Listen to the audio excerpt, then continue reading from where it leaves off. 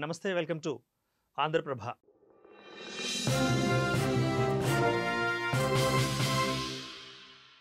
ప్రణయ్, అమృత ఈ కేసుకు సంబంధించి తుది తీర్పును రిజర్వ్ చేసిన కోర్టు ఈరోజు వెలువరించడం జరిగింది.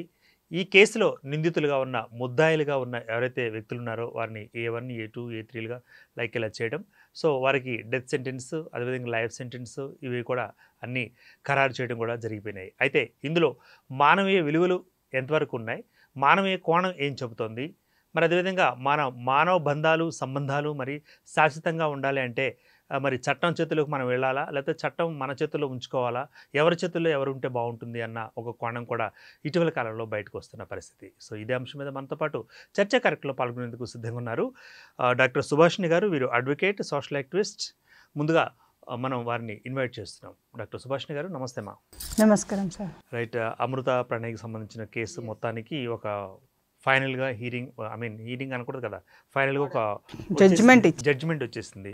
దీనికి సంబంధించి చాలామంది చాలా రకాలుగా అనుకున్నారు. ఒక్కొక్క వ్యక్తి ఒక్కొక్క రకంగా, అంటే తండ్రిగా మారుతిరావు గారు కరెక్ట్ చేశారా, ఒకవేళ తప్పు చేశారా, లేకపోతే అమృత ఒక బిడ్డగా తప్పు చేసిందా, ఒప్పు చేసిందా, ఒక ప్రేమికుడిగా ప్రణయ్ ఆయన యొక్క పాత్ర ఎంతవరకు ఉంది, మరి అదేవిధంగా మిగతా ఎవరైతే ఇండల్జ్ అయి ఉన్నారో ఇందులో అంతా వాళ్ళ యొక్క పాత్రలు, మానవీయ విలువలను మానవీయ కోణంలో చూస్తే ఎలా ఉంటుందంటారు, మీరేమంటారు? ముఖ్యంగా మనం గమనించవలసింది ఏంటంటే, ఫర్ ఎవ్రీ ఒక క్రైమ్కి లేకుంటే ఫర్ ఎవ్రీ రీజన్ ఏదో ఒక అంశం మీద వాదించినా ఏది చేసినా కానీ ఒక కుటుంబం నుంచే స్టార్ట్ అవుతుంది. అది అంటే ఒక కుటుంబంలో నలుగురు వ్యక్తులు 4 విధాలుగా వాళ్ళ యొక్క వ్యాపార రీత్యా కావచ్చు, ప్రొఫెషనల్గా కావచ్చు, లేకుంటే ఏదైనా కోణంలో సమాజంలోకి అడుగు పెడతారు. Everything start from the house, ఒక కుటుంబం నుంచి. కుటుంబం నుంచి మనం ఎప్పుడైతే తీసుకుంటున్నామో అది కుటుంబ విలువల నుంచి మనం మాట్లాడుకోవాల్సి వస్తుంది. కుటుంబం విలువ చాలా గొప్పదిగా భావించాలి first. Then step of social, అంటే బయట సామాజికంగా అడుగుపెట్టినప్పుడు, సమాజంలో వస్తున్నప్పుడు సామాజిక విలువలు అన్నది వస్తుంది.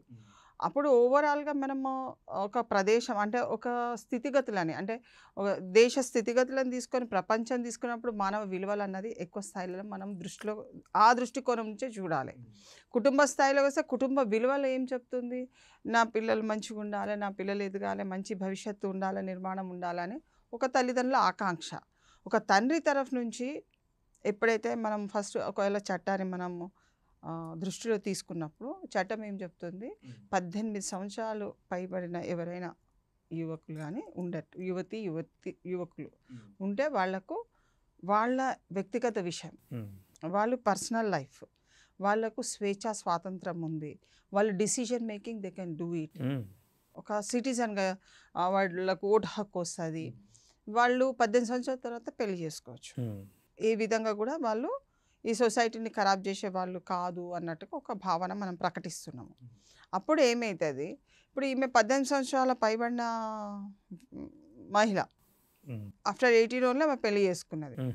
షీఈస్ ఎ మేజర్ అన్నప్పుడు ఒక సిటిజన్కి పరిపూర్ణమైన కాన్స్టిట్యూషన్, రాజ్యాంగం నుంచి వచ్చే పరిపూర్ణమైన హక్కులు, అధికారాలు కానీ, లేకుంటే ఆమె కుటుంబ పరంగా కానీ everything she is a individual person, సిటిజన్గా కింద కౌంట్ చేస్తున్నాము.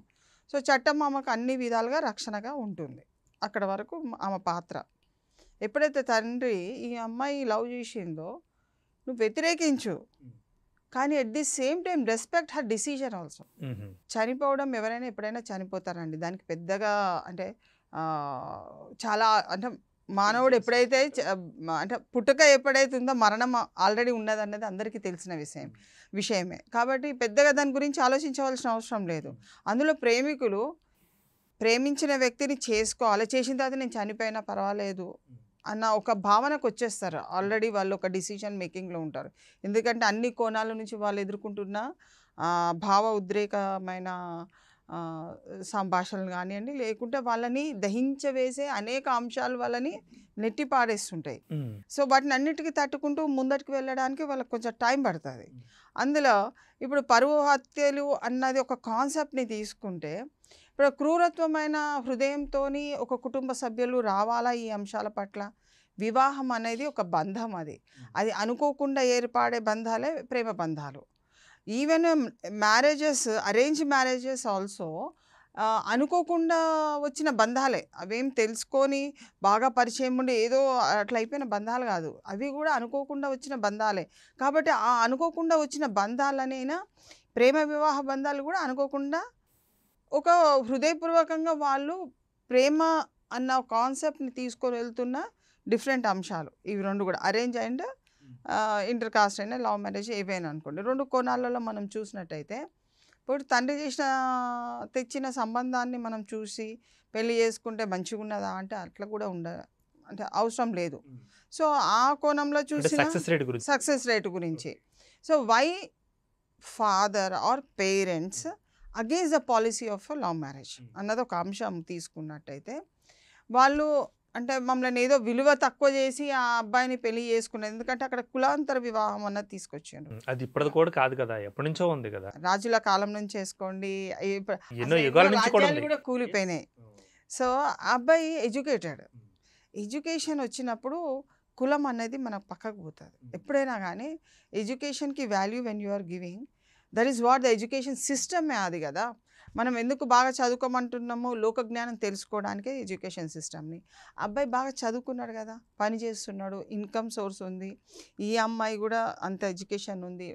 ఇద్దరు కష్టపడి పని చేసుకుంటే మనం బతుకు తెరువు ఉంటుంది అన్న ఆలోచనతోని పెళ్లి చేసుకుందాం అనుకున్నారు. దానికి వీళ్ళ పేరెంట్స్ వ్యతిరేకించారు. ఆయన కోణంలో మానవ విలువలు అన్నది ఉన్నదా లేదా అనే అంశము మనం తీసుకుంటే, ఒక క్రూరత్వమైన వాడు నా బిడ్డని చేసుకోవడం ఏంది అసలు అన్నప్పుడు ఇక్కడ 2 అంశాలు. ఒకటి సామాజిక అంశం కింద మనం తీసుకుంటే అది నెగ్గదు. సామాజిక అంశం కాదు, కుటుంబం కూడా కాదు, విలువ అది ఆయనని డిఫేమ్ చేయడానికి, ఆయన పరువు తీసేసి ఈమె పెళ్లి చేసుకుంటుందన్న అహంభావంతో తీసుకున్న నిర్ణయంలో ఇది ఇక్కడ దెబ్బ కొట్టింది. Otherwise he would have not died. ఆయన చనిపోయేటోడు కాదు. పరువు, ప్రతిష్ట, ఆయన హోదా, ఒక రిచ్ పర్సన్ కింద ఆయనకున్న కోట్లాది రూపాయలలో ఆ అబ్బాయి విలువ అన్నది తక్కువ చేసి మాట్లాడిండు అతను. ఒక బిడ్డ ప్రేమించిన వ్యక్తి తక్కువ డబ్బులు ఇవాళ ఈ స్టోరీ ఈరోజు కాదు, చాలా కాలాల అసలు ఏ స్టోరీ తీసినా మీకు ఒక పేదరికంలో ఉన్న అబ్బాయి అయినా, ఒక అమ్మాయి ఉండొచ్చు, ఒక ధనిక అమ్మాయి ఉండొచ్చు, పేద అబ్బాయి ఉండొచ్చు. ఈదర్ ద వే క్రాస్ చెక్లో వాళ్ళకి కుదిరితే పెళ్లి చేసుకున్న వాళ్ళు ఉన్నారు. అట్లాంటిది ఆయన ఎదగనివ్వాలి అన్న ఆకాంక్ష కంటే వాడిని దహించేసి అతన్ని చంపేస్తే నా బిడ్డ నా దగ్గరకు వస్తుంది. ఇక్కడ ఇంకో విషయం కూడా సుభాషిణి గారు, ఏ తండ్రి కూడా తన బిడ్డను, తన కూతుర్ని వైధవ్యంతో ఉండేలాగా కోరుకోడు, అలా చూద్దామని కూడా చూడలేడు కదా. మరి ఈ కక్షలు, కార్పణ్యాలు, ఈ రాక్షసత్వం ఎందుకు వస్తుంటారు తండ్రులలో కానీ, మనుషుల్లో కానీ, మగాళ్ళలో కానీ? అయితే అక్కడ మీకు తండ్రి స్థానంలో ఉండి చూస్తే అది నేరారోపణ కింద అతను గమనించిన పద్ధతి. ఎందుకంటే అతను 10 మందితో హోదాలో, అంటే డబ్బున్న హోదాలో తిరిగిన వ్యక్తి కాబట్టి విలువ, మానవ విలువ కోణంలో ఎప్పుడు ఆలోచించాడు. ఆయన కద్దర్ డ్రెస్ వేసుకొని బయటికి వెళ్తున్న సమయంలో ఆయనకు ఎంతోమంది మర్యాద ఇస్తున్నారు, నేను ఆ సమాజంలోనే బతుకుతున్నా, నా పర్వంతా తీసేసింది నా బిడ్డ, నేను 10 మంది లీడర్ల దగ్గర ఉన్న 10 మంది ఒక ఉత్తమమైన హోదా అనే ఏదో కిరీటం పెట్టుకున్నట్టుగా మాట్లాడిన పదాలు మనం చూడొచ్చు అతను మాట్లాడేది. సో ఆ కోణంలో ఆయనకు విలువ అన్నది తక్కువ చేసిండు, మానవత్వం ఆలోచన అనేది చాలా తక్కువ వెళ్ళింది. ఎందుకంటే ఆ అబ్బాయిని అతని ఎడ్యుకేషన్ చూడాలి, నీ బిడ్డని ఏ విధంగా ప్రేమిస్తున్నాడు, 10 మందిలో అమ్మాయిని విలువిస్తున్నాడు, ఆ కోణంలో చూస్తే ఇతను ఇలా చేసే వ్యక్తి కాదు. ఆ కోణంలో చూడకుండా ఆయనకున్న డబ్బు అహంకారం అన్నది ఎక్కువ వచ్చి 1 కోటి రూపాయలతోని ఒక టెర్రరిస్ట్ గ్రూప్లో ఉన్న వ్యక్తితోని సుపారీ ఇచ్చి 8 మందిని ఇన్వాల్వ్మెంట్ చేసి, ఇంకొకటి వాళ్ళ బ్రదరు తండ్రి యొక్క తమ్ముడైనా అన్నైనా కానీ అతని ఇన్వాల్వ్మెంట్, అంత కక్ష సాధింపు చర్య తీసుకుంటే అతని లైఫ్ ఏమవుతుందని ఆయన ఒక్క నిమిషం కూడా ఆలోచించలేదే. ఇలాంటి ఆలోచన వచ్చినప్పుడు జస్ట్ ఒక 5-10 minutes, ఒక 1 hour తనకు అనుకున్న గురువులు, తనకు అనుకున్న టీచర్లు, కాలేజ్లో టీచర్లు కానీ ఎవరైనా కానీ ఒక 10 నిమిషాలు వాళ్ళ గురించి ఆలోచించి ఒక స్టెప్ కనుక తక్కువ తీసుకుంటే ఇలాంటి నిర్ణయం తీసుకునే వ్యక్తులు కాదు. కానీ అందరికీ అన్ని సందర్భాల్లో మీరు చెప్పిన టెక్నిక్ ఉపయోగపడుతుంటారా? 100% ఉపయోగపడుతుంది. మీకు వెస్ట్రన్ కల్చర్లో ఎందుకు ఇన్ని సమస్యలు అది లేకుండా పోయినాయి అనుకుంటున్నారు? కోర్టు అంటే పోలీసులు అంటే వెస్ట్రన్ కల్చర్లో కానీ వెస్ట్రన్ కంట్రీస్లల్లో భయము భక్తి అన్నది ఎక్కువ. భయం అంటే at any cost we should not go to the police station, compromise కాండి, లేకుంటే ఇంకేదైనా చేసుకోండి, ఏదన్నా కానివ్వండి. కానీ కోర్టు, పోలీస్ స్టేషన్లు, జైలు అసలు ఎక్కాలనే ఒక ఆలోచన కూడా వాళ్ళకి రాదు. ఒక్క స్టెప్ కూడా మీకు ఉమ్ముంచితే కూడా నాకు అక్కడ ఒక పెనాల్టీ పడుతుందని అతని ఆలోచనలో ఉన్నప్పుడు ఎంత భయంతో ఒక గవర్నమెంట్ని వాళ్ళు ధిక్కరించకుండా గవర్నమెంట్ని వాళ్ళు గౌరవిస్తున్నారంటే we should think what we are losing. మన పరిస్థితి మనకున్న ఈ అన్ని విషయాలలో మన అవగాహన అన్నది ఎంత స్థాయిలలో ఉన్నది. అక్కడ ఉన్న వాళ్ళు కనీసం ఒక ప్లాస్టిక్ కవర్ కూడా రోడ్డు మీద పడేయకుండా కరెక్ట్గా నీట్గా వెళ్ళి డస్ట్బిన్లో పడేస్తారు. ఎందుకు? రూల్ అక్కడ. ఆ రూల్స్లలో మనము ఏ విధంగా ఫిట్ అవుతున్నాం అన్నది చాలా ప్రాముఖ్యత. ఇప్పుడు మరి మారుతిరావు గారు చట్టాన్ని చేతిలో తీసుకున్నందుకు దక్కిన ఫలమా, లేకపోతే చట్టం చేతిలోకి ఆయన వెళ్ళిపోయారు కాబట్టి దక్కిన ఫలమా పనిష్మెంట్ అనేది? ఆయన ఆలోచన విధానంలో ఒక క్రైమ్, ఇంటెన్షనల్లీ క్రైమ్ అంటారు. క్రైమ్ ఉద్దేశపూర్వకంగా హత్య చేసిండు అతను. ఇక్కడ క్రైమ్ని ఏ విధంగా, అఫెన్స్ని ఏ విధంగా చూస్తామంటే అన్ని పనులు అఫెన్స్ కావండి. బిడ్డ తల్లిని కొడుతుంది, కొడుకు అన్న చెల్లెలు చిన్నగా ఉన్నప్పుడు మనం కొట్టుకున్నప్పుడు అది క్రైమ్ కింద తీసుకోరు. కాబట్టి ఇంటెన్షనల్గా వాళ్ళని హత్య అంటే చంపడము, అంటే వాళ్ళని బాధించడము, క్రూరంగా వాళ్ళని హింసించడమే దాని మీద వచ్చినప్పుడు క్రైమ్ సంభవిస్తుంది. సో అక్కడ మానవత్వాన్ని మర్చిపోయి సమాజ శ్రేయస్సును కూడా మర్చిపోయి అహం అంటే డబ్బు అహంకారంతో చూసిండు కాబట్టి అతను ఈ నిర్ణయం అన్నది ఎంత పైసమైనా పర్వాలేదు వాడు సావాలి. దానికి అతని తమ్ముడు కూడా తోడైపోయాడు. ఒకవేళ తమ్ముడు అన్న వద్దు, నేను చూసినానండి, నేను పర్టికులర్గా ఒక ఫ్యామిలీలో 2-3 అన్నదమ్ములు ఉన్న చోట అబ్బాయికి ఏం క్వాలిఫైడ్ అంత కాదు, ఆయన అమ్మాయి నేను వాడలేంది నేను బతకలేను అన్న ఆ డిసిషన్ తీసుకొని అబ్బాయిని పెళ్లి చేసుకునేటప్పుడు చేసుకొని ఇంబడే తమ్ముడు ఏమన్నాడు, అన్న అంతా పోలీస్ స్టేషన్ పోతుంది, అదంతా కోర్టు వ్యవహారము, మనకు వద్దు ఇవన్నీ, మనం బలైపోతాము, మళ్ళీ నువ్వు కోర్టుకు తిరిగి నువ్వు జైలుకు పోయి నేను జైలుకు పోయి ఇవన్నీ మన కుటుంబాలు అన్నీ రోడ్డును పడతాయి, మనం అలాంటి స్థితిలను చేసుకోవద్దు అని ఒక డైరెక్షన్ ఇచ్చాను. నేను నా కళ్ళతో చూసిన. పోలీస్ స్టేషన్లో కూర్చున్నాము, నేను కూడా నన్ను పిలిచిండ్రు. అంటే ఇది కోర్స్ కూడా చేశారు ఫ్యామిలీ డిస్ప్యూట్ రెజల్యూషన్ది. సో అంటే ఇప్పుడు ఒక ఫ్యామిలీస్లో ఉన్న ఒక డిస్ప్యూట్ ఎప్పుడైనా వచ్చినప్పుడు అది కూర్చొని ఒక ఎక్స్పర్ట్తోని మీరు రెజల్యూషన్ చేసుకోవాలి, సార్ట్అవుట్ చేసుకోవాలి. ఇక్కడ నీకు పోలీస్ స్టేషన్కి వచ్చిరు కాబట్టి ఒక తమ్ముడు ఒక అన్నకు ఒక అడ్వైస్ ఇచ్చిండు, అన్న వద్దు మన పరిధి కాదు. సో అదంతా అయిపోయిన తర్వాత 1-2 years అమ్మాయి కాపురం ఉన్న తర్వాత షీ ఫౌండ్ దట్ ఇక్కడ ఎలిజిబిలిటీ నాకేం లేదు, నాకు నువ్వు వద్దు అనే అమ్మాయి అక్కడి నుంచి వెళ్ళిపోయింది, తనంతటికి తాను వెళ్ళిపోయింది. సో అప్పుడు ఏమైంది, ఒక 2 సంవత్సరాలు ఆగితే ఆ అమ్మాయి ఇప్పుడు ఫాదర్ వాళ్ళ ఇంటి దగ్గర ఉన్నది. సో ఇక్కడ ఈ స్టోరీలో ఒక డైరెక్షన్, ఒక పర్సన్ చెప్పే వ్యక్తి కరెక్ట్గా ఉండాలి. ఒక సుపారిని మాట్లాడినప్పుడు ఇప్పుడు మనకు టెర్రరిజం, బ్యాన్ ద టెర్రరిజం కదా, ఒక ఆ టెర్రరిజం పర్సన్ని నువ్వు తెచ్చినావనంటే అక్కడ పోలీసు కూడా ఛాలెంజ్గా తీసుకున్నారు.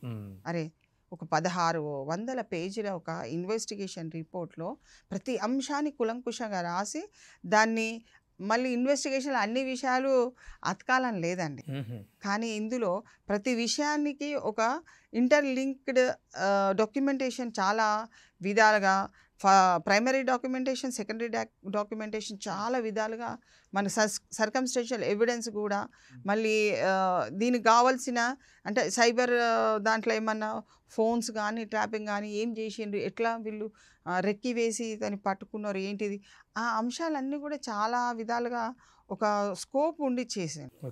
అందులో ఇంకొకటి ఏంటంటే ఈవెన్ పీపీ గారు కూడా దేనికి తలొగ్గకుండా తను వాదించే విధానంలో కూడా we can see the better of the better result. So ఇక్కడ ఏంటి ఈ అంత సినారియోలో మనం చూసినప్పుడు ఇక్కడ మానవ బంధాలు, మానవ సంబంధాలు, మానవ విలువలు, అసలు బ్రతుకు తెరువు ఏ విధంగా ఉంటుంది అన్నది ఇక్కడ ఎవరు ఆలోచించలేదు. 8 మందికి 8 మంది కుటుంబాలు. ఇప్పుడు ఫస్ట్ A1 తండ్రి, అమ్మాయి వాళ్ళ తండ్రి చనిపోయిండు, భార్య అనాథ అయిపోయిందా? భార్యకి భర్త లేకుండా సమాజంలో మీ ఆయన్ని వాళ్ళ ఆయనని చంపిండు, వాళ్ళ ఆయన చంపాడు. ఇప్పుడు ఇద్దరు భర్తలు లేకుండా ఉన్నారా? బిడ్డ కూడా ఉంది. సో వాళ్ళు ఇద్దరు వదిలిపెట్టంగా 1 2 3 4 5 6 7 8 మెంబర్స్. 8 మెంబర్స్ తమ్ముడికి డెత్ సెంటెన్స్ వచ్చింది. ఆయన డెత్ అంటే ఉరికంబం ఎక్కినట్టే కదా. ఇప్పుడు ఉరికంబం ఎక్కుతుంటే మరి చూస్తూ ఒక మనిషిని బలియడ్ లైఫ్ టైం ఇంప్రిజన్మెంట్ ఉందండి. డెత్ సెంటెన్స్ వచ్చిందండి ఒక్కరికే, A2కి. తక్కిన వాళ్ళకంతా కూడా లైఫ్ ఇంప్రిజన్మెంట్. సో ఏదేమైనప్పటికీ వాళ్ళు మళ్ళీ అప్పీల్కి వెళ్ళినా, మళ్ళీ సుప్రీంకోర్టు వరకు వెళ్ళినా, at any cost you have the life imprisonment కదా. అంటే జీవితకాలం వరకు నువ్వు జైలు ఉండాలి కదా. సాధించింది ఏంటి? అసలు ప్రజలకు ఏంటంటే మన చట్టాలు కన్విక్షన్ రేట్ చాలా హైగా ఉంటుంది. చాలా అంటే మనం ఫారెన్లోనే కాదు, వెస్ట్రన్ కంట్రీస్లో, భారతదేశం తర్వాత వేరే దేశాలలో కన్విక్షన్ ఉన్నది కాబట్టి భయం అన్నది. మన దగ్గర కూడా కన్విక్షన్ ఉంది, కాకపోతే అది ప్రజలకి తీవ్ర స్థాయిలో వెళ్ళలేదు. ఒక ఎయిడ్స్ ఎట్లయితే పాకిపోయి అవేర్నెస్ వచ్చిందో, ఒక జైల్ సిస్టమ్ కూడా ఒక వ్యక్తి హత్య చేసినా, ఒక వ్యక్తిని చంపడానికి ప్రయత్నం చేసినా, లేకుంటే ఏ విధంగా కూడా ఒక క్రైమ్ చేస్తే అతనికి పనిష్మెంట్ ఉన్నది అన్నది ఎట్లయినా చేసి తప్పించుకోవచ్చు. మన అడ్వకేట్ బాగా వాదిస్తారులే అన్న, ఇంత పెద్ద అడ్వకేట్ని పెట్టుకుంటే అంత బాగా వాదిస్తారు అన్నది ఉంటుంది. అది తప్పది. అప్పట్లో ఏదో నడిచింది, 50 సంవత్సరాలు 70 సంవత్సరాలు అట్లా నడిపిన కావచ్చు. కానీ ఇప్పుడున్న సిస్టంలో everything is on the record, transparency ఉంది. జ్యుడిషియరీ అంత తొందరగా మీకు అంటే ఏదో అయ్యే అవకాశాలు ఏం లేవు. సో ఇక్కడ మనము మాట్లాడుకునే సందర్భంలో, ప్రతి సందర్భంలో కూడా మానవత్వాన్ని ఉల్లంఘించిన ప్రయత్నం అన్నది జరిగింది. చట్టాన్ని ఓవర్కమ్ చేసుకుంటూ, చట్ట వ్యతిరేక విధానాలు పాటిస్తూ, మానవ సంబంధాలకు పూర్తి స్థాయిలో నశింపజేసి మేమే గొప్ప వాళ్ళము, మరే చంపేసినాం మస్తుగా అయిపోయింది అని వాళ్ళు ఒక మనసులో ఆనందపడ్డారు తప్ప దాని కాన్సిక్వెన్సెస్ అనేది చూడలేదు. అది చాలా తప్పది. ఒక క్రైమ్ చేసేటప్పుడు కాన్సిక్వెన్సెస్ని ఎవరో నాయకులు నన్ను బయటికి తీసేస్తారనుకొని, పొలిటికల్ ఇన్ఫ్లుయెన్స్ ఉంది కదా నాకు వచ్చేసి చేస్తారనుకుంటే అది తప్పది. అది ఏ కోణంలో చూసినా, ఎంత పెద్ద లీడర్స్ అయినా చట్టం ముందు ఈరోజు అన్ని పొలిటికల్ లీడర్స్ అయినా ఎవరైనా కానీ ఎవరిని వదిలిపెడతారు. కానీ అడ్వకేట్ గారు, ఇప్పుడు కొంతమందికి సినిమాలు చూస్తున్నాం, మీరు నేను మన అందరం సినిమాలు చూస్తున్నాం, అందులో ఏం జరుగుతుందో చూస్తున్నాం. సో ఫైనల్గా మళ్ళీ అక్కడ చట్టం చేతిలోకి వెళ్ళిపోవడం, శిక్ష అనుభవించడం చూస్తున్నాం. మిగతా కొంతమంది కొన్ని సంఘటనలు కూడా మనం వాళ్ళకి జైలు శిక్ష పడిందట వీళ్ళకి అని చెప్పేసి అనుకుంటూ ఉంటాం. ఇంత అవగాహన కలిగి ఉండి కూడా మరి ఆ స్పృహ లేకుండా ఆ సమయంలో రాక్షసులుగా వాళ్ళని నరకడం, చంపేయడం, లేకపోతే దారుణంగా ఇట్లా వాళ్ళని హననం చేయడం ఎలా తీసుకోవచ్చు అంటారు? అంటే సినిమా ఇంపాక్ట్ వీళ్ళ మీద లేదా, లేదా కోర్టులు ఉన్నాయి శిక్షిస్తాయి అన్న ఇంపాక్ట్ వీళ్ళ మీద లేదా? సినిమాలో హీరోయిజాన్ని అంటే హీరో విలన్ క్యారెక్టర్ అయిపోతున్నారని వీళ్ళు అనుకోరు. సినిమాకి వచ్చేసి సినిమాలో చూసినట్టుగా వాళ్ళు ఒక డిజైనింగ్ చేసుకుంటారు. కానీ వ్యక్తిగత జీవితంలోకి వచ్చేసరికి దే బికమ్ అక్కడేమో సినిమాలో విలనే నీకు చంపుతాడు, హీరో ఎక్కువ చంపాడు, విలన్ని హీరో చంపడానికి ప్రయత్నం చేస్తారు. కానీ ఇక్కడ నిజ జీవితంకి వచ్చేసరికి ఇతని హీరోగా ఫీల్ అవుతాడు. దీంట్లోకి 100% డిఫరెన్స్ ఉంటుంది. సో హీరోగా ఫీల్ అయినప్పుడు, విలన్ క్యారెక్టర్ హీరోగా ఫీల్ అయిపోయినప్పుడు నీకు ఏమవుతుంది? You are in touch with criminals. Criminal కే అరే కరో బై జాకే కరింగే బై కైసా బి కరింగే ఉస్కో జాన్ దే అట్లా అని, అంటే ఒక వర్డ్స్ కానీ ఒక ఎమోషనల్ ఫీలింగ్ ఉండదు. ఒక వాళ్ళ మీద ఆధిపత్య పోరుతోని ఇతను ఏం చెప్తే ఇతను పైసలు ఇస్తున్నారు, so I'm getting something benefited. So అప్పుడు మనం ఏమవుతుంది, ఇతనికి ఏం ఆన్సర్ కావాలో అతను ఆన్సర్ మాత్రమే ఇస్తాడు. సో మానవత్వం గురించి అన్న పోనీ అన్న ఎందుకు వాళ్ళని చంపుతావు తీయనంటే 50,000 1,00,000 రూపాయలు ఈడిపోతాయి. అక్కడికి వచ్చే ₹1,00,00,000 వాడేందుకు పోగొట్టుకుంటాడు? ఓ జో బోలా ఆయన ఏం చెప్తే నేను అది చేసేస్తే అయిపోతుంది కదా, నా చేతిలో చిటికెన పని అది, నేను చేస్తాను కదా అని అతను అనుకుంటాడు.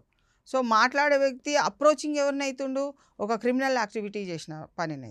అదే ఒక కులంలో పెద్ద వ్యక్తి కానివ్వండి, ఇప్పుడు వాళ్ళ కమ్యూనిటీలోనే పెద్ద వ్యక్తిని తీసుకుంటే, అన్న వదిలిపెట్టు, ఇప్పుడు అంతా వ్యవస్థలో బాగలేదు, మంచిగా చేసుకుందాము, అమ్మాయిని నచ్చజెప్దాము, ఎప్పుడైనా మన దారిలోకి వచ్చినప్పుడు చూసుకుందాం, కానీ ఇప్పుడు ఈ హత్యలు వద్దు, అందరం ఇరికిపోతామని ఎవరో ఒకరు సలహా ఇస్తారు. యూ గో టు ఎప్పుడైనా కౌన్సిలింగ్ మెథడ్ ఏమన్నా ఇట్లాంటి ఇష్యూస్ వచ్చినప్పుడు, లవ్ మ్యారేజ్ కులాంతర వివాహాలు కానీ మతాంతర వివాహాలు కానీ ఏదైనా మీకు బాగా అంటే నిన్ను దహించి వేసే ఒక సమస్య వచ్చినప్పుడు you should go to counselling. ఒక పెద్ద మనిషి ఒక వ్యక్తి దగ్గరికి వెళ్ళి సూచనలు సలహాలు తీసుకుంటే అక్కడ నీకు పాజిటివ్ ఎనర్జీస్ వస్తాయి. నిన్ను నువ్వు క్రైమ్ స్టేజ్కి అప్రోచింగ్ అవుతున్నావు అంటే మానవ విలువల సంబంధాలు అన్నీ కట్ ఆఫ్ చేసుకుంటా, నిన్ను ఈ సమాజం నుంచి కట్ ఆఫ్ చేసుకుంటూ నువ్వు వెళ్తున్నావు. దానివల్ల నీకు పరిష్కారం ఏం రాదు. కులం మతంతో ఈరోజు ఈ కులం అని పుట్టలేదండి, ఎవరు ఈ మతం అని పుట్టలేదు. నువ్వు పెళ్ళి చేసుకున్నందుకు నీకు నేచురల్ ప్రాసెస్లో పిల్లలు పుట్టిండ్రు, వాళ్ళని కూడా ఇప్పుడు ఈ స్థితిగతులల్లా అంటే ఈ మోడర్నైజేషన్లా కులంతోనే నువ్వు ఒక వ్యక్తిని చూస్తున్నావు అని అంటే ఇంకెంత. మనము ఇప్పుడు 80 సంవత్సరాల క్రితం అదే చూసిండ్రు, ఇప్పుడు 80 సంవత్సరాల తర్వాత కూడా ఇలానే చూస్తున్నారంటే మనం ఏ కోణంలో చూడవలసి వస్తుంది సమాజాన్ని. మన మార్పులు అన్నీ ఇలా దానం చేయండి, ఆ దానం చేయండి, ఈ గొప్పతనం అయిపోతుంది అని చెప్పుకునే సందర్భాలు ఎన్నో ఉంటాయి. స్టేజ్ మీద ఎక్కి చాలా విధాలుగా స్పీచెస్ ఉంటాయి. కానీ ఇంటర్ రిలీజియన్ మ్యారేజెస్ అయినా, ఇంటర్ కాస్ట్ మ్యారేజెస్ అయినా, it is a healthy environment, ఒక కుటుంబాన్ని హెల్తీ ఎన్విరాన్మెంట్లో క్రియేట్ చేసే ప్రాసెసే కానీ నీ కుటుంబాన్ని నాశనం చేసే ప్రాసెస్ కాదు. అదొక్కటి అందరూ గుర్తుపెట్టుకోవాలి. కులాంతర వివాహాలు చేసుకోండి అనేవాళ్ళు కొంతమంది, చేసుకోవద్దు అని కొంతమంది అంటున్నారు. అక్కడ బాగానే ఉంది, ప్రాబ్లం లేదు. కానీ ఈ చంపుకోవడం వచ్చేసరికి ఇక్కడ ఫస్ట్ గుర్తుపెట్టుకోవాలంటే ప్రభుత్వం ప్రోత్సహిస్తుంది కదా, మరి మంచిదైతేనే ప్రభుత్వం ప్రోత్సహిస్తుంది. నగదు పారితోషికం కూడా ఇస్తుంది. నగదు ఏదైనా మ్యారేజెస్కి కానీ లోన్స్ కానీ శాంక్షనింగ్ కానీ అన్నీ కూడా చేస్తున్నారు. బట్ అంత ఎంప్లాయ్మెంట్ ఉంది కాబట్టి వాళ్ళు ఏవి తీసుకోలేదు. తల్లిదండ్రులకు దగ్గర ఉండడం చేత నా ముందే వీళ్ళు అహంకారంగా తిరుగుతుండ్రు అన్న ఒక కసితోని ఆ బంధాలన్నీ కూడా సపరేషన్ చేసేసింది. ఇప్పుడు గవర్నమెంట్ ఇచ్చే ప్రోత్సాహము మానవ హితం కోసమే, ప్రజల హితం కోసం అన్న ఆ కోణంలో ఎక్కడ కూడా ఆలోచించలేదు. అది చాలా దెబ్బతిన్నది. ప్లస్ వీళ్ళు పిల్లల్ని డెవలప్మెంట్ చేసేటప్పుడు నీకు నచ్చని వ్యవహారాలు వాళ్ళ మీద పెడుతుంటే ఆ విషయాల పట్లనే వెళ్ళిపోతారు, ఆ దాంట్లోనే వెళ్ళిపోతుంటారు. They will not come out. నేను ఒక ఉదాహరణకి జస్ట్ 2 minutes చెప్తాను. ఒక ముస్లిం అమ్మాయి, ఒక హిందూ, అసలు వాళ్ళకి టచ్ లేదండి. అసలు టచ్ అంటే కాలేజ్లో అసలు ఏ టచ్ లేదు. అలాంటిది టచ్ లేని సమయంలో ఆ అమ్మాయి ఏదో నోట్స్, ఆ క్లాస్లో అబ్బాయి కాబట్టి ఏదో నోట్స్ మార్పిడి జరుగుతుంటే ఎవరో చూసి తండ్రికి చెప్పాను ఏమో చేస్తున్నది అని. ఆ తండ్రి ఇంటికి వచ్చి అసభ్యకరమైన పదజాలాలతో, లా పదాలతోని ఏం చేస్తున్నావే కాలేజ్లో అని అమ్మాయిని ఏజ్ చాలా గుర్తుపెట్టుకోవాలి, ఇంటర్మీడియట్ నుంచి డిగ్రీ 1st, 2nd year వరకు పిల్లల మనసు చాలా ఇట్లా ఒక కోణంలో ఉండిపోతుంది. మీరు ఇంట్లో కానీ బయట ఎవరన్నా దూషించిండ్రా, దే విల్ నాట్ లిసన్. ఆ ఏజ్ గ్రూప్ అలాంటిది. అది 16, 17, 18 ఏజ్ వస్తుంది అని అంటే వాళ్ళకి ఇండిపెండెన్సీ ఏజ్. అది వాళ్ళు అంటే న్యాచురల్ ప్రాసెస్. అది మన దేహానికి ఆ శక్తి, మనము ఇండిపెండెంట్గా ఉండే శక్తి మనకు దేహానికే ఉంది. Self reliability personalities we are not dependent. We have to be interdependent ఉండాలి. కానీ సెల్ఫ్ పర్సనాలిటీ మన దేహానికే మనంతటి మనము అంటే వ్యక్తిగతంగా ఎదుగుతాము. అంత మంచి శక్తి ఉంది మనకు. ఆ శక్తి సమయంలో తండ్రి ఆ అమ్మాయిని దూషించే పదాలను చూసి ఆ అమ్మాయి రియల్లీ చాలా షేమ్గా ఫీల్ అయిపోయి ఆ అబ్బాయిని లవ్ చేసేసింది. లవ్ చేసి ఇమీడియట్గా 18 క్రాస్ అయినాయి, పెళ్ళి చేసుకొని పోలీస్ స్టేషన్కి వచ్చి పోలీస్ స్టేషన్లో ఎస్ఐ ముందు బల్ల గుద్ది వాళ్ళ నాన్నని పిలిచి వీళ్ళతోని నాకు ప్రాణహాని ఉంది అని బల్ల గుద్ది చెప్పింది. నన్ను ఇంత పచ్చి చెడ్డ మాటలు తిట్టిండ్రండి. నాకు ఇప్పటికి కూడా బాధ అనిపిస్తుంది. అమ్మాయి ఆ ఫీలింగ్, ఆ కళ్ళల్లో ఆ ఏడుపు పెట్టుకొని నన్ను ఇంత మాట ఒంటరిగా నన్ను నా తండ్రి తిడితే ఎట్లా బతుకుతారండి ఆడపిల్ల?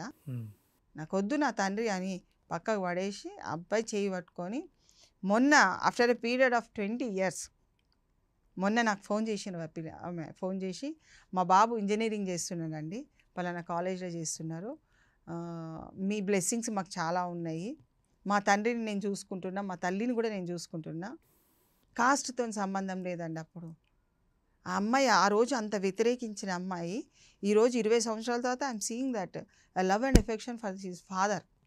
మంచిగా పలకరింపులు, ఇంటికి రావడం వెళ్ళడము. ఓకేనండి. అంటే మీరు చూడండి, ఓవర్ ఎ పీరియడ్ ఆఫ్ టైంలో కాస్ట్ సిస్టమ్ పిల్లల పైన రాదు. ప్రేమ అక్కడ మానవ విలువలు కదా మీరు అనేది, మానవ విలువలు పెరిగేదే అక్కడ. ఇక్కడ ఎక్కడైతే ఈ అమృతరావు గారు చేసిండ్రో ఇంకొంచెం వెయిట్ చేసి ఉంటే టుమారో ఒక సక్సెస్ఫుల్ కపుల్ అయ్యి ఉండేవారు. లవ్ మ్యారేజ్లో it will take a lot of time, చాలా ఎక్స్పాన్షన్ జరుగుతుంది, public will not accept it. ఒక మా దాంట్లోనైతే ఒక 2 మ్యారేజెస్ కూడా లవ్ మ్యారేజెసే, పబ్లిక్ యాక్సెప్టెన్స్ లేదు. మా ఫాదర్ లవ్ మ్యారేజే, మా ఇంట్లో 2 లవ్ మ్యారేజే అయినా మా ఫాదర్ యాక్సెప్టెన్స్ లేకుండా. లవ్ మ్యారేజ్ చేసుకున్న వాళ్ళు కూడా రిసీవింగ్ చేసుకోకపోవచ్చు. నేను ఇప్పుడు విభేదాలు చేస్తాను. మీరు చేసుకున్నారు, ఇంకోళ్ళని ఎందుకు చేసుకొనియారు? యూ షుడ్ యాక్సెప్ట్ కదా. వాళ్ళ జీవితంలో వాళ్ళు ఎదుగుతున్నారు, నువ్వు ఇండిపెండెంట్గా స్వతహాగా మనకు ఆ శక్తిని ఇచ్చిండు. మన డెవలప్మెంట్, మన రక్షణ, మన పర్సనాలిటీ వెల్ఫేర్ అంతా కూడా మనం చేసుకునే శక్తి సామర్థ్యం ఉంది. తల్లిదండ్రులు ఎంతసేపు వాళ్ళ సైడే ఉండాలి, వాళ్ళే నడవాలి అని అన్నీ చూస్తుంటే కొన్ని సినిమాలు కూడా వచ్చినాయి. అవునండి, అన్నీ వాళ్ళు చెప్పినట్లుగా నడవాలి అని అంటే వాళ్ళు నడవలేరు. ఇట్ ఈస్ రియల్ ఫ్యాక్ట్ అది. ఓకేనండి. ఇక మరి చివరిగా ఈ తీర్పు ఎంతమందికి కనువిప్పుగా ఉంది, ఎంతమంది మారే అవకాశం ఉంది, ఎంతమందిలో పరివర్తన తీసుకొచ్చే విధంగా ఉంది అంటే మనం ఆ కేసుకు తీర్పుని ఎలా అన్వయించుకోవాలంటారు మన లైఫ్కి? డెఫినెట్గా అది మనకు ఒక జడ్జ్మెంట్ కాబట్టి అది ఒక పర్సన్ మీద గొడ్డలి పెట్టు లాంటిది. నా మెడ మీద కత్తి పెడితే ఆ షార్ప్గా 1 కిలో 2 కిలోలు ఉంటాయి కత్తులు, ఎప్పుడు కూడా బరువు పెట్టగానే నరికేస్తుంది అది. అందరు అనుకుంటాడు ఏదో ఏ కత్తి పెడితే అది నరకదు, అది మెడ మీద దానికి ఒక బరువు అదంతా ఉంటుంది. కాబట్టి ఇలాంటి జడ్జిమెంట్స్ ఎప్పుడు కూడా మన మెడ మీద కత్తి లాంటి సాము లాంటిది, అది చాలా లైట్గా తీసుకోవద్దు, జోక్గా తీసుకోవద్దు. We are human beings, we are dealing with the human. ఈ శరీరము, ఈ స్కిన్తో డీల్ చేస్తున్నాం మనం, దాన్ని చాలా విలువ కట్టాలి. ఆ విలువైన సమయము, విలువైన మనిషికి మనం ఇచ్చే ఎంత విలువ అన్నది తెలుసుకోవాల్సిన ఆవశ్యకత ఉన్నది. అట్లీస్ట్ ఇంతవరకు మీరు ఇలాంటి జడ్జిమెంట్స్ ఎక్కువ చూడలేదు. అవునండి. కానీ మీరు నిర్భయ దాంట్లో మీకు అప్పుడు జడ్జిమెంట్స్ వచ్చినాయి, దాంట్లో కూడా ఉరిశిక్షలు పడ్డాయి. అంటే కోర్టు ఏం చేస్తుంది అన్నది మీకు తెలియాలి. తెలిస్తేనే కానీ దాని విలువ అనేది కొద్దిగా పెరుగుతుంటుంది. ఒక్కసారి పబ్లిక్ అంతా తెలుసుకోమంటే తెలుసుకోలేరు. కాబట్టి it is a very good judgement and it is an example for it. మన అందరికి కూడా ఎగ్జాంపుల్. మనం ఉదాహరణ, నేను ఒక క్రైమ్ గురించి నేను ఆలోచించాలంటే నాకు భయం రావాలి, నా లైఫ్ మొత్తం జైల్లోనే మగ్గుతుంది, నేను ఇంకా బయట సూర్యుడిని చూడలేను, జైల్లో ఏ సూర్యుడు కనబడితే నాకు అదే సూర్యుడు అంతే. కానీ బయట జీవితాన్ని గడపాలి, సమాజంలో ఉండాలి, మానవ విలువలతో ఉండాలి, మానవ హక్కుల ఉల్లంఘన జరగకుండా ఉండాలంటే క్రైమ్ గురించి ఆలోచించద్దు.